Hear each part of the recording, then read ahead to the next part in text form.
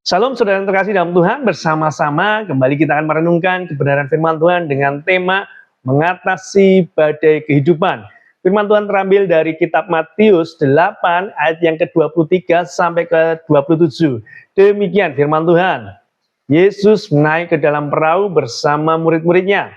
Tiba-tiba datanglah angin ribut yang dahsyat di danau, sehingga perahu itu dipukul gelombang. Sementara Yesus sedang tidur, murid-muridnya menjadi takut dan membangunkannya, berkata, "Tuhan, tolonglah kita binasa." Kemudian Yesus berkata kepada mereka, "Mengapa kamu takut, hai kamu yang kurang percaya?" Lalu ia pun bangun menghardik angin dan danau itu. Maka danau itu menjadi teduh sekali. Murid-murid pun heran berkata, "Orang apakah dia ini sehingga angin dan danau pun taat kepadanya?" Saudara, ada pelajaran menarik yang bisa kita pelajari dari kisah firman Tuhan yang barusan kita baca tadi. Yang pertama, ada terpaan, ada badai yang tidak terduga. Saya percaya murid-murid Tuhan Yesus adalah orang-orang yang taat. Dan ketika mereka hendak berlayar di Danau Galilea ini, mereka mengalami badai yang begitu dahsyatnya, ya, hal yang tidak terduga. Sekalipun dalam ketaatan mereka, ternyata ya Tuhan tidak menjanjikan langit selalu cerah, jalan selalu mudah. Juga demikian dalam kehidupan kekristenan kita. Bukan berarti ketika kita mengikut Tuhan, tidak ada masalah dalam kehidupan kita. Bahkan terkadang Tuhan izinkan masalah itu menerpa dalam kehidupan kita. Bukan Tuhan jahat, tetapi Tuhan ingin menyatakan kuasanya atas setiap kehidupan kita. Jadi kekristenan tidak mengajarkan langit selalu cerah, jalan selalu mudah. Tetapi kekristenan mengajarkan sekalipun ada terpaan, ada badai yang datang dalam kehidupan kita, ada Tuhan yang menyertai kita. Jadi yang pertama yang bisa kita pelajari adalah ada terpaan yang tidak terduga. Nah, kalau kita baca ya dari nats firman Tuhan tadi dikatakan ada angin ribut. Angin ribut ini bukan sekedar angin, tetapi guncangannya sangat luar biasa sekali. Ini dalam bahasa aslinya yaitu seismos, yaitu seperti gempa bumi. Jadi anginnya ini benar-benar angin yang kuat sekali menerpa perahu mereka. Jadi ada gelombang karena angin tadi, perahu mereka terpukul oleh gelombang tadi yang sangat kencang sekali. Ya, terkadang juga demikian dalam kehidupan kita sebagai orang percaya. Kita sudah ikut Tuhan, tetapi ternyata Tuhan izinkan badai itu datang dalam kehidupan kita. Ya, tinggal kesiapan daripada kita. Kita siap nggak menghadapi badai tersebut? Jangan kita menjadi lengah. Untuk itu teruslah berharap bersama dengan Tuhan. Sama seperti para murid ini, ya, sekalipun mereka taat, sekalipun mereka bersama-sama dengan Yesus, tetapi nyatanya langit tak selalu cerah bagi mereka, jalan tak selalu mudah bagi mereka. Mereka mengalami terpaan yang tidak terduga. Kemudian yang kedua yang bisa kita pelajari, dikatakan tadi Yesus sedang tidur. Saya percaya Yesus juga capek dalam pelayanannya. Tapi bukan berarti Yesus cuek akan keadaan, tapi Yesus mengajarkan bahwasanya Yesus memiliki damai sejahtera. Sekalipun angin yang ribut, sekalipun badai yang menerpa begitu mengguncang perahu mereka, dikatakan Yesus tidur. Ya, ini memberikan pelajaran bagi kita semuanya, bahwasanya Yesus memiliki damai sejahtera yang luar biasa dalam kehidupan ini. Ya, Yesus menghardik ketakutan mereka dahulu. Ya, dikatakan tadi, "Mengapa kamu takut, hai kamu yang kurang percaya?" Jadi Yesus ini dia bangun, dia tidak segera menghardik anginnya, tetapi yang dia lakukan adalah menghardik ketakutan dalam hati para muridnya. Saya percaya ya mereka ini adalah orang-orang yang diperlengkapi dengan firman yang luar biasa yang setiap hari mereka dengar. Bukan mereka tidak percaya Yesus, tetapi mereka ini imannya masih kerdil.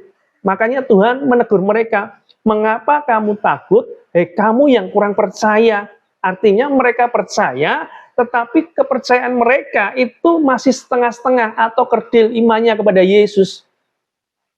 Mereka seharusnya ketika ada Yesus di situ, tetap bisa menikmati badai kehidupan, badai menerpa dalam kapal mereka, perahu mereka.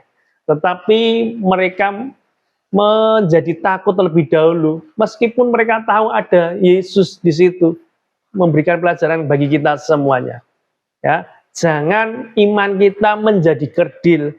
Kita sudah ke gereja, kita sudah beribadah, kita sudah berdoa, tetapi seringkali ketika badai itu datang ke dalam kehidupan kita, yang kita lihat adalah badainya terlebih dahulu.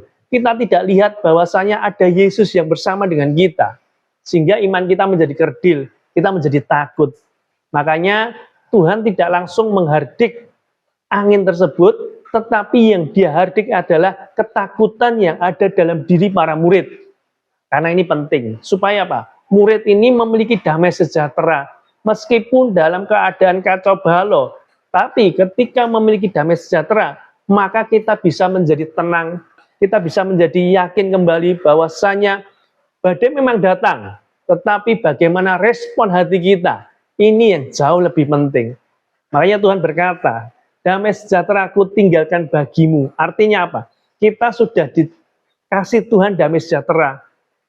Manfaatkan damai sejahtera tersebut dengan cara tetap tinggal dalam hadirat Tuhan, tetap tinggal dalam doa kita, tetap memuji, memuliakan nama Tuhan. Sehingga ketika kita memuji, memuliakan nama Tuhan, ada damai sejahtera yang tinggal dalam hati kita, yang senantiasa ada dalam hati kita. Sekalipun badai guncangan sekuat apapun, kita tetap tenang karena ada Tuhan yang menyertai setiap kita.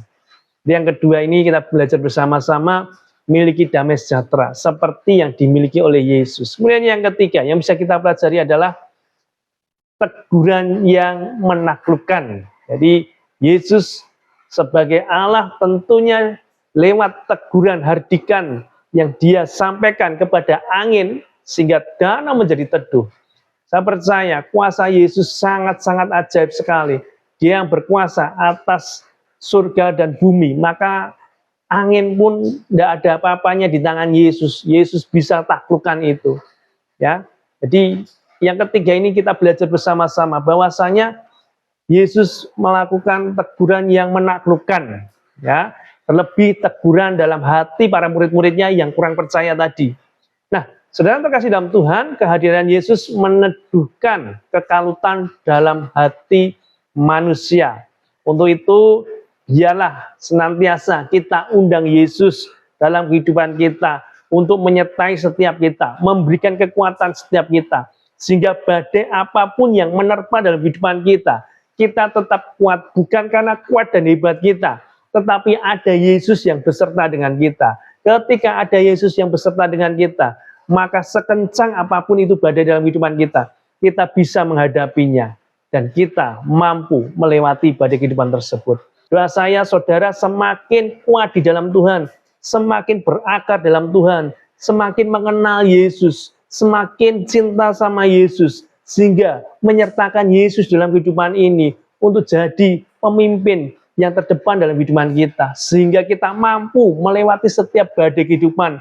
Kita mampu melewatinya bukan dengan kuat hebat kita sekali lagi, tetapi bersama Tuhan yang memberikan kekuatan untuk kita melewatinya. Biarlah perenungan kali ini menjadi berkat bagi kita semuanya, dan nama Tuhan Yesus semakin dipermuliakan. Tuhan memberkati.